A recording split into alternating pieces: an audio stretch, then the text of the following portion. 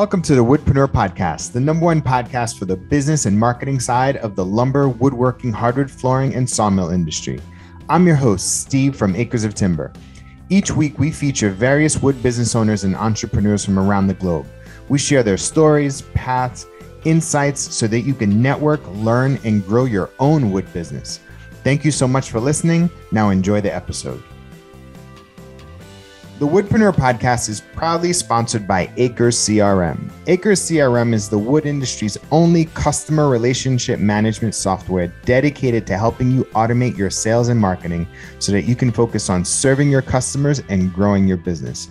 You can visit acresoftimber.com to learn more and to schedule a demo. Once again, that's acresoftimber.com.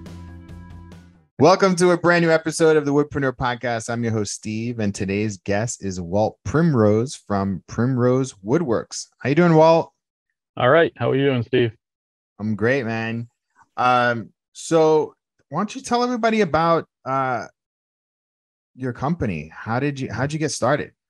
Long story short, I was in the trades. I started outside the trades, had a desk job, kind of grew tired of that, wanted to get out from behind the desk, moved to central Minnesota to start working with my father-in-law, who was a contractor, kind of did soup to nuts, building houses, doing remodeling work, and was always attracted to the more finer things, finish work and whatnot.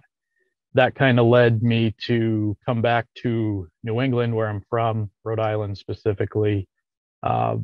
Got hooked up with a higher end builder out here, started getting exposed to a lot of things, building furniture and cabinetry, and then decided I was going out on my own. So a little naive at the time back in 2009, but I did it, and we're still around. So I guess something went right.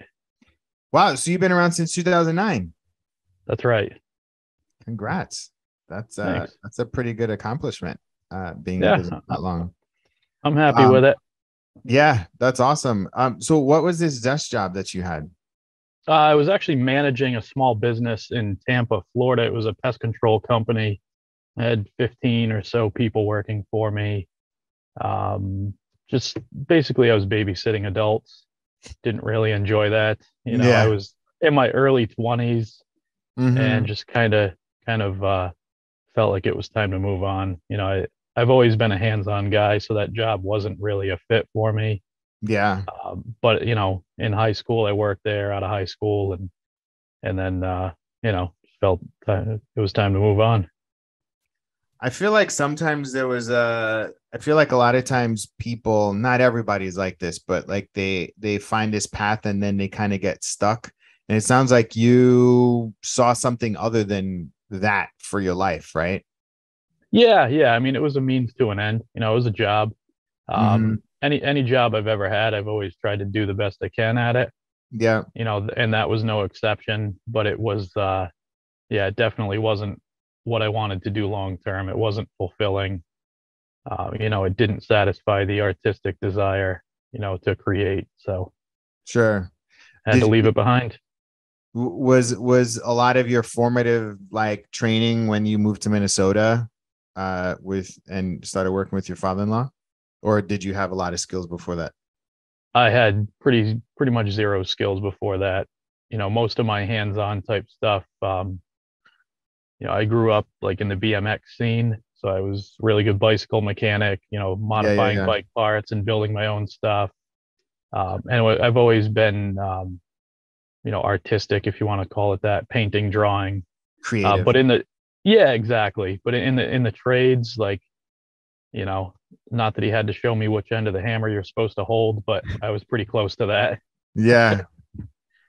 I'm sure you built ramps though, right? Like you must have built ramps. And I did. They were cobbled together with, the skills of a 14-year-old. So you leveraged that skill, that time working in Minnesota, decided to move back. What made you move back to Rhode Island? Just saw more opportunity for the type of work I wanted to do. In central Minnesota where we were, there wasn't a whole lot of fine woodworking going on. There's a lot of Like a fun job for us was a tongue and groove ceiling. And it was like, all right, once you do a couple of them, they're kind of, they're all the same. So, Yeah. just bigger and better things out here. Where I live in Rhode Island is fairly affluent. I Hmm. don't fall into that category, but it's a place where the work I wanted to do then and the work I'm doing now is appreciated and valued. And I figured I needed to be in a place like this in order to flourish in that line of work. Yeah. Yeah.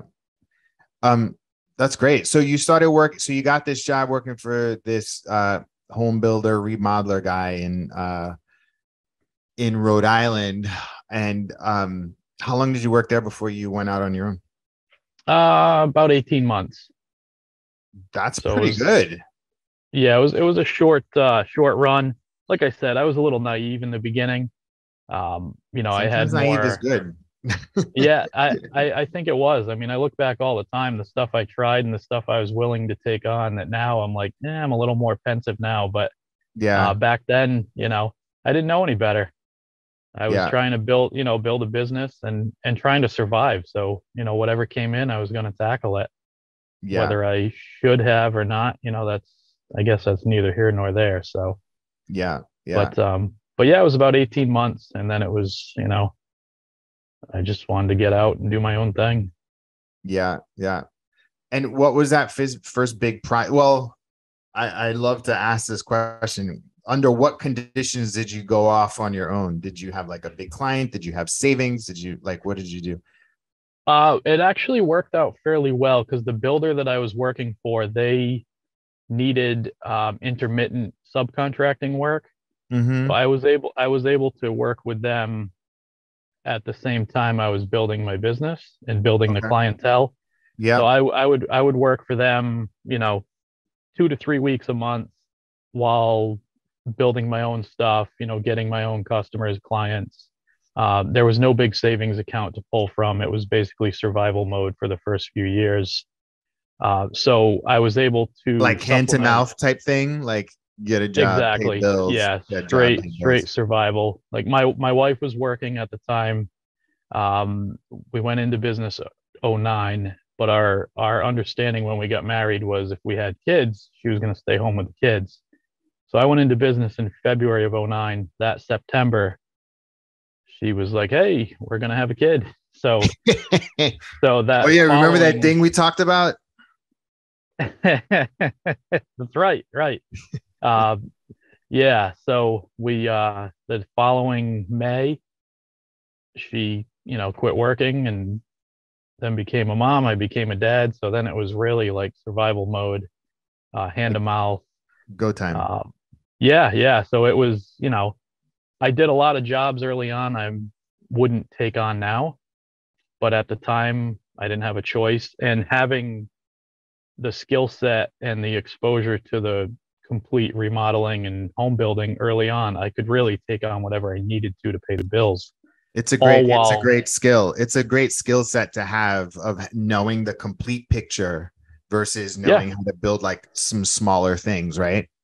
exactly. And it Yeah. even now it's advantageous because when I build, I have to build with the plumbers, the electricians, the countertop guy. There's so many other trades that are involved in what I'm doing. So, and having done all that, it really has proven to be valuable knowledge. What But yeah, what was the what was the original vision for Primrose Woodworks? Like what was it, and are you close to it now? Or are you still kind yeah, of working toward it? I mean, I had these, pie in the sky dreams of being like the village woodworker that only worked with a hand plane and a hand saw, like out in a, little cottage in the Very backyard. romantic. Yeah. Yeah, But yeah, yeah, I yeah. knew that wasn't a reality. I mean, it could be, but I knew it wasn't going to be for me. So, I mean, my original vision really is what I'm doing now. Like we're a full custom shop. Everything we do is made to order.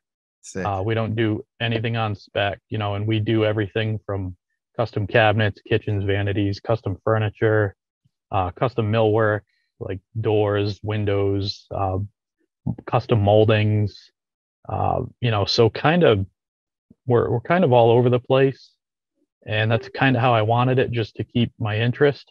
Yeah. You know, to I can't do the same thing over and over. I don't mind doing the same thing intermittently, but to come in every day and build cabinet boxes for 300 days a year or whatever, I just can't do it. The same So I ones all mean, the time, right? yeah, exactly. Yeah, So yeah. really, yeah, my original vision for what I wanted out of Primrose Woodworks it has come to fruition, and I really got no complaints. I'm doing exactly what I wanted to be doing. Amazing. And is most of your business local? Yeah, 99% of it. I mean, we'll ship something every now and again. I shipped a kitchen to Orlando many years ago. Mm, I delivered it myself because, again, I was naive. But yeah, it's pretty much all local. I mean, if we have to travel an hour, like that's about as far as we'll go, and that's a real rarity. We're usually wow. within 15 or 20 minutes from the shop. What do you sell the most of? Like, what are you finding that Custom cabinets. for kitchens or just like hallways, entryways type things or? I mean, we're kind of all over. We do kitchens, we do vanities, we do built-ins, libraries. Hmm. Um, but yeah, cabinetry, I'd say, is probably about 65 to 75% of our work. Yeah, yeah. And I take it that's the one that you enjoy the most. No, actually, out of what I do, it's what I enjoy the least. I, but it again, it's a means to an end. It allows me the flexibility to do what I'm doing. Yeah, You know, really, what I love to do is build furniture. yeah, But for whatever reason, a $10,000 table scares people away, but a 75 or $85,000 kitchen, they line up at the door for it. yeah. It's literally the reason because like when I messaged, I was like, I want to talk to more cabinet makers because I realized the the complexity and the functionality of what you do versus like a furniture maker is kind of like a luxury thing, whereas Right. like the cabinet stuff that you do is beautiful, requires a lot of work, a lot of detail, a lot of coordination, but is functional and useful and adds value to a home, right? So like Right. as an investment, if somebody like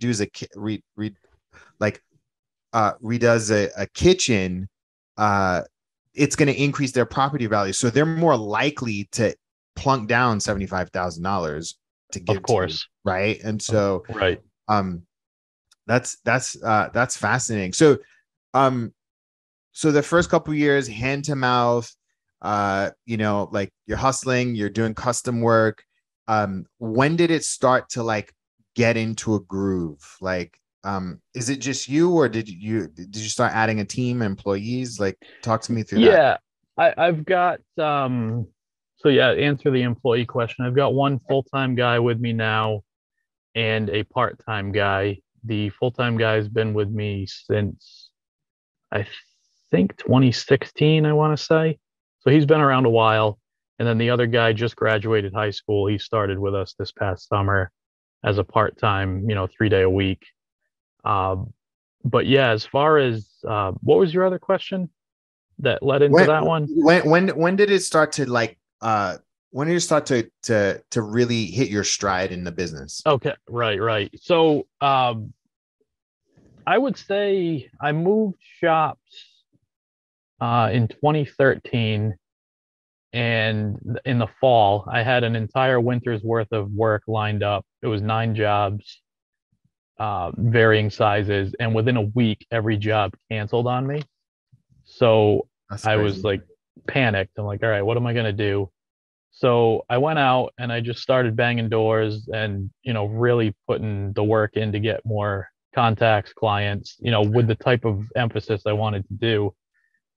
And that was like early fall of 2013. And then by January, I had work lined up for, 6 months. Then it became 8 months. And then basically from that point on, like early 2014, we've done nothing but shop work, and we haven't. The only days off I've taken off are because I wanted to take a day off. Like Hmm. there's always something to do. We're usually running anywhere from a 3 to a 6 month backlog. Amazing. Yeah, and it's so yeah. As far as hitting the stride, it was 2014. And then once I brought on my full time guy, like I had part time help here and there through the years, but once I brought on the full time guy, we were really able to hit the ground running. And then when I moved to my current shop, which I bought a property that had a shop on it. I quit doing my own finish, my own spraying, and that really You sub catapulted that us out. to. You're like, I'm done with this. I'm done. Right. Yeah, yeah. I just saw where it was a bottleneck in my shop for two guys Mhm. to be doing it. Yeah. Um, so I started subbing it out, and we've more than doubled our yearly output. By not spraying, we just build, we bring it over, to the spray shop. They take care of it, and it's a line item in my price. There's no more Yeah. Yeah. oh, we went over 50 hours on the finish budget. That doesn't happen anymore. I Sure. know going in what it's going to cost, and you know, it's just one more variable that I don't have to worry about. But again, that's been another factor that's really helped us Yeah. keep the pace we need to keep up the volume. Yeah. And you know what you're focusing on, you know what you're good at, you know what you like to do. And, I'm sure you like having that space back from the finishing, right? Like, Yeah, yeah. Well, that when I moved to the new shop, it didn't have really enough space for the booth, so that kind of mm-hmm, pressed the issue. mm-hmm, I had been looking into phasing it out before that, and that kind of sealed the deal. yeah, yeah, I had some shops lined up, so yeah, it's been good. Just one less thing to worry about. yeah, yeah. Um, how you so your marketing, one of the things that stood out to me is your pretty big social following. Does that help with getting business, and how did you grow it? I mean, I grew it just by kind of like a daily picture blog, like, hey, this is what I did today. We finished this job. I milled this stuff. It's more just a daily representation of what we're doing. There was no real, I mean, I went into it without much knowledge on how social media worked.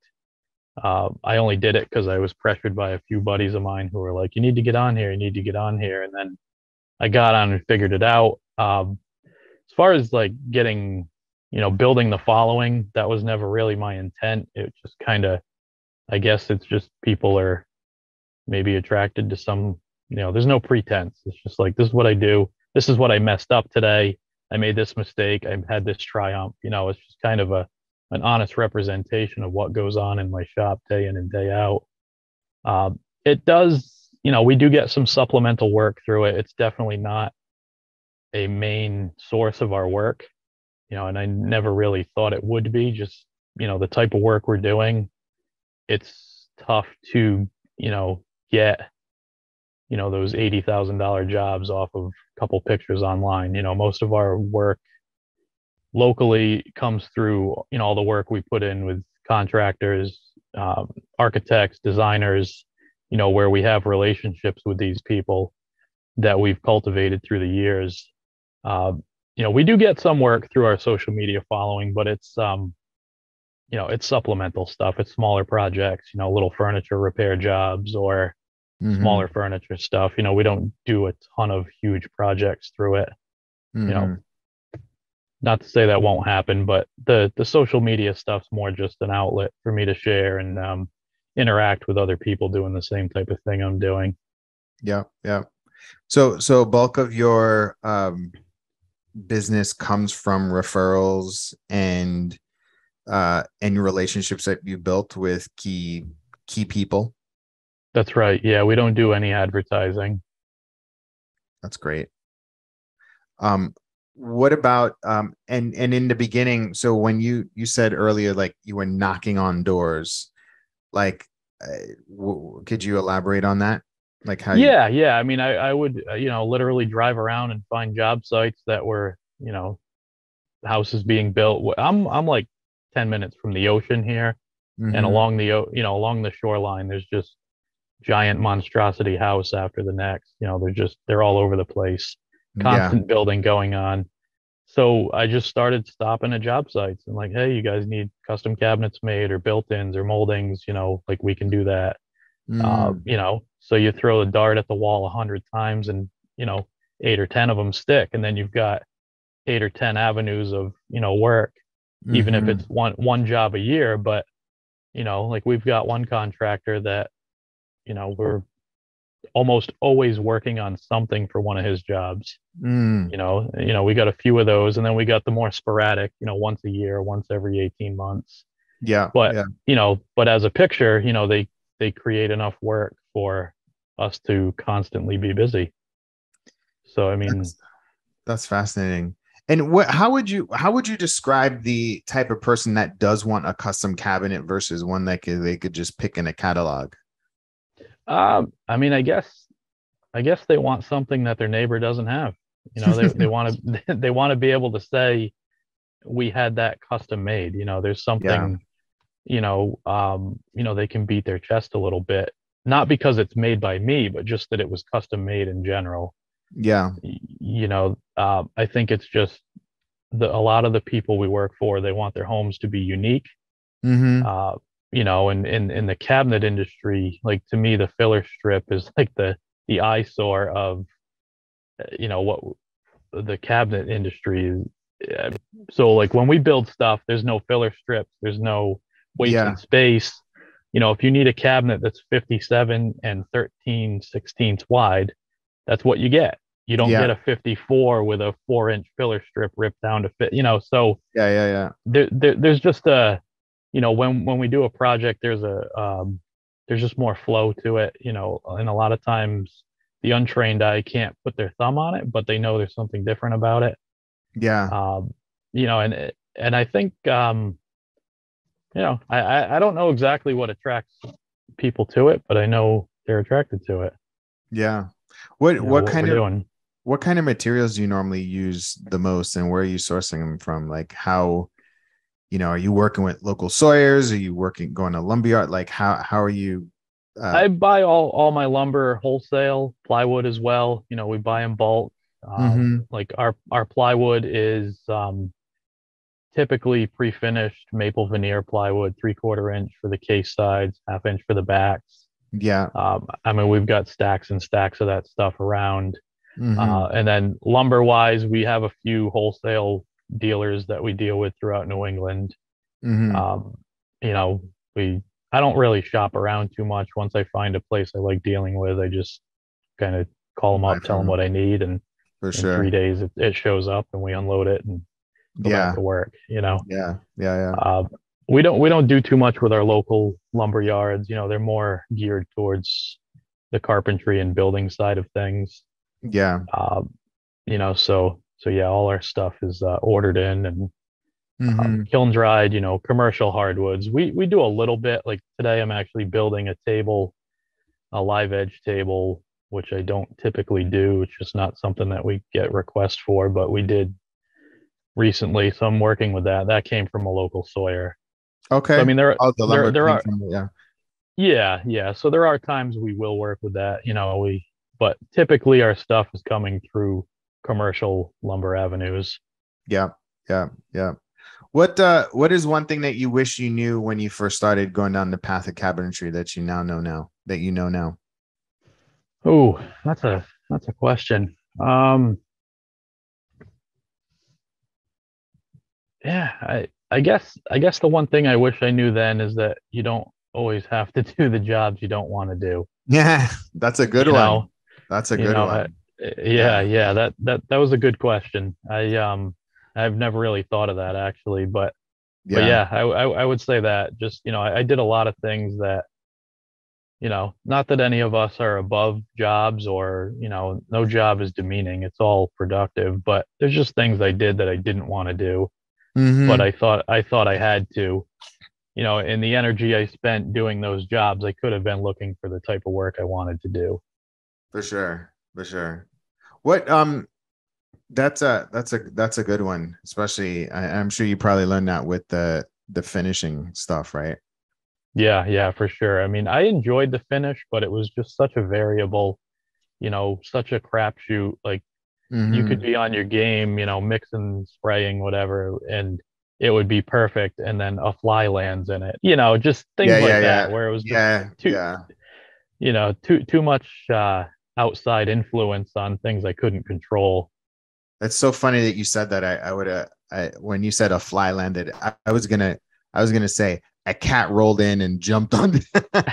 I did one time I was in my spray booth spraying, and one of Uh-huh. my contractors I deal with, I was spraying stuff for his job. He comes in the booth. Now I'm full garb, respirator, the whole Hmm. deal, spray gun in my hand. Hmm. And he comes in and he's like, "Oh, that's nice." And he rubs it. I'm like, it was soaking wet. Like it was literally just been sprayed. I'm like, what did you think I was doing in here? So yeah, even more, out of Yeah. left field than a cat would be. Cool. So listen, so this is a part of the podcast where I give you any marketing or business advice, like a mini consultation. So is there anything that you that's been weighing on you that you need to think through, or something that's kind of keeping you up at night that I can help out with? I mean, nothing really keeps me up at night, but I mean, I did allude to the fact earlier that I really enjoy building furniture as Mm-hmm. opposed to cabinetry, and I've always wanted to continue to emphasize the furniture end of things as opposed to cabinetry, just Yeah. because it's something I enjoy. Mm-hmm. Um, and being as busy as we are, it's tough to devote the time Yeah. to market furniture as opposed to cabinetry because I'm real like I said, we take whatever comes in, we do it, but yeah, I would definitely like to know, a method or an avenue to influence more furniture work to come in. Yeah, so this is kind of like my realm, especially when you're talking about furniture, because we don't have too many cabinet makers. So I intentionally went out to, so you're one of the first cabinet makers that we've had on. But it's Okay. funny you're coming back to furniture, which is Yeah, what yeah. I deal with. So for you, it's an interesting thing. You get a lot of your jobs through referrals, right? And whereas Right. furniture is like a luxury. So with the luxury type item, you kind of have to advertise, right? Hmm. And so for one, so I'll step back, right? So when I look at your brand, um, I would start positioning your brand as obviously like high end luxury custom cabinetry, but then um and start putting the word out that you are creating custom furniture, but not all the time, right? Because it will increase your perceived value, right? Like if you're not Okay. doing it a lot, you can charge a lot more. So 10, 15 grand tables, because it's got to be worth your time, right? Right, of You're not course. gonna do like a $3,000 table when you could make an $85,000 kitchen. And Right. um so for one is if you're the one building it, right? You're Hmm. building these tables. Yeah. So for one is just start documenting the process of building this table, and let people know that you're starting to take tables and you have room, for a few tables a year, right? So how many tables would you like to do in 2023, you think? I mean, as you know, six, 6? eight. Okay. Yeah, Yeah, I mean, yeah, yeah, 6 to 8. you Yeah, know, yeah. yeah. So that's kind of what I would do.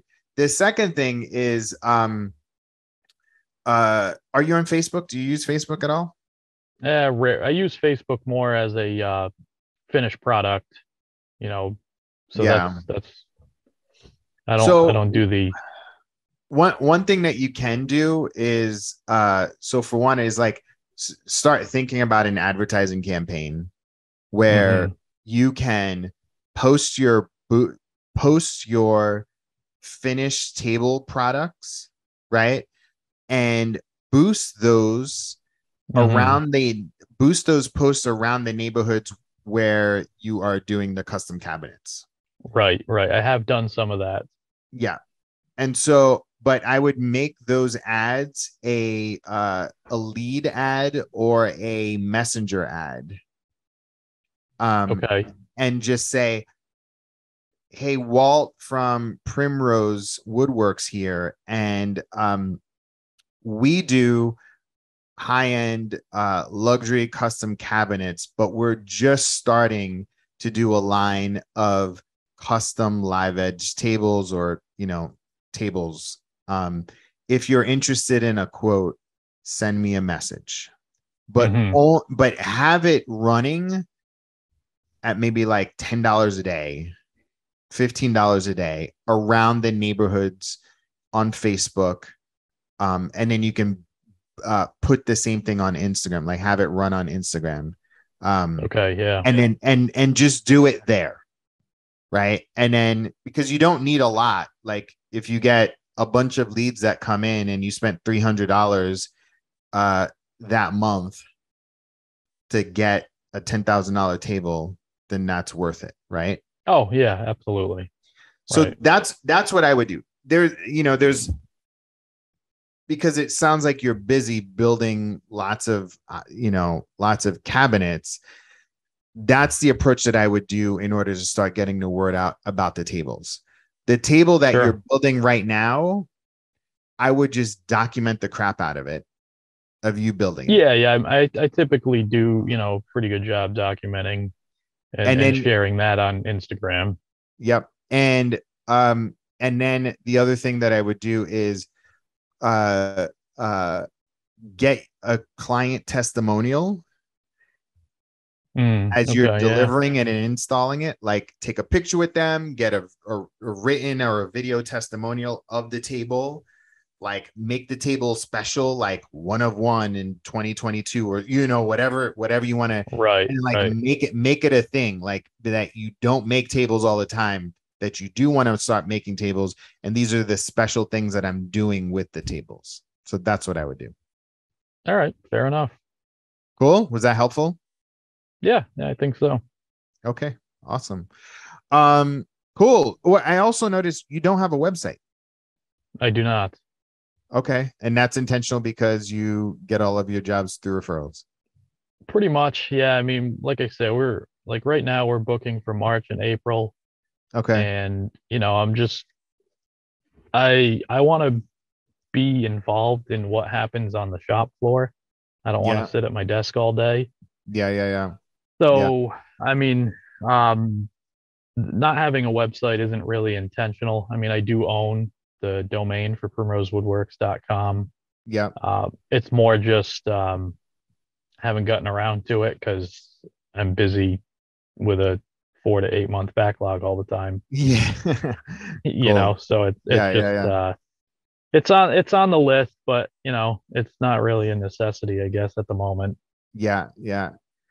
Cool. Well, and I would probably say the other thing is just outsource getting that done so that you can start collecting leads. Right.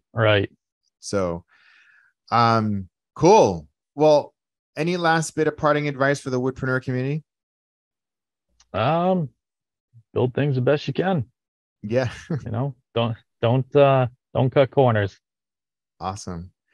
Well, Walt, thank you so much. Your Instagram and Facebook is? Instagram is at Primrose Woodworks, and then I'm just Primrose Woodworks on Facebook. All right. Thanks so much for your time, man. I look forward to getting your podcast out. I appreciate it. All right. Take care. Thanks.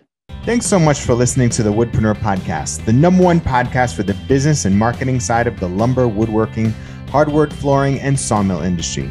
If you like what you heard, please give us a 5-star rating and review. You can also tap into our community by visiting woodpreneurlife.com. Once again, that's woodpreneurlife.com. Thank you, and I'll see you in the next episode.